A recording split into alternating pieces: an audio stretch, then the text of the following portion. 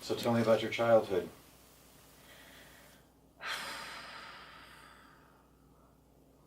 I made cameras out of watermelons. Lonely? When I was 5, I got allergic to everything. Rashes, hay fever. So my mom took me to the doctor and he did that test where they stick those needles in a grid on your back with different toxins in them, to see which ones you're allergic to. Next day, I come back. Doctor lifts up my shirt and my back is this oily, moldy, blackish green double puff marshmallow. I was allergic to everything.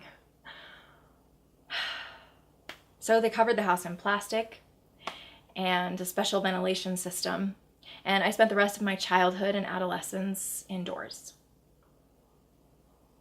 Alone, lonely.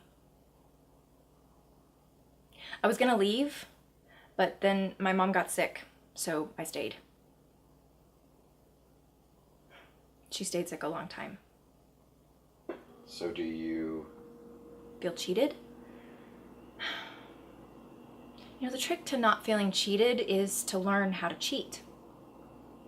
So I decided this wasn't a story about a miserable girl trapped in a house that smelled like medical supplies and wasting her life on a dying person she sometimes hated. No. This was a story about a girl who could find infinite beauty in anything. Any little thing. She could even love the person she was trapped with. And I told myself this story until it became true. Now, did telling myself this help me escape a wasted life? Or did it make me believe that I didn't want to escape? I don't know. But either way, I was telling my own story. So. What I find really difficult to understand is why. I told you why. Frankie made a bet. No. I mean, why did you ever leave the two of you? He didn't leave us. I left him. One night I just picked Frankie up and we left. My mother came with me to make sure I never went back. We've been leaving ever since. Always ready in case he shows up.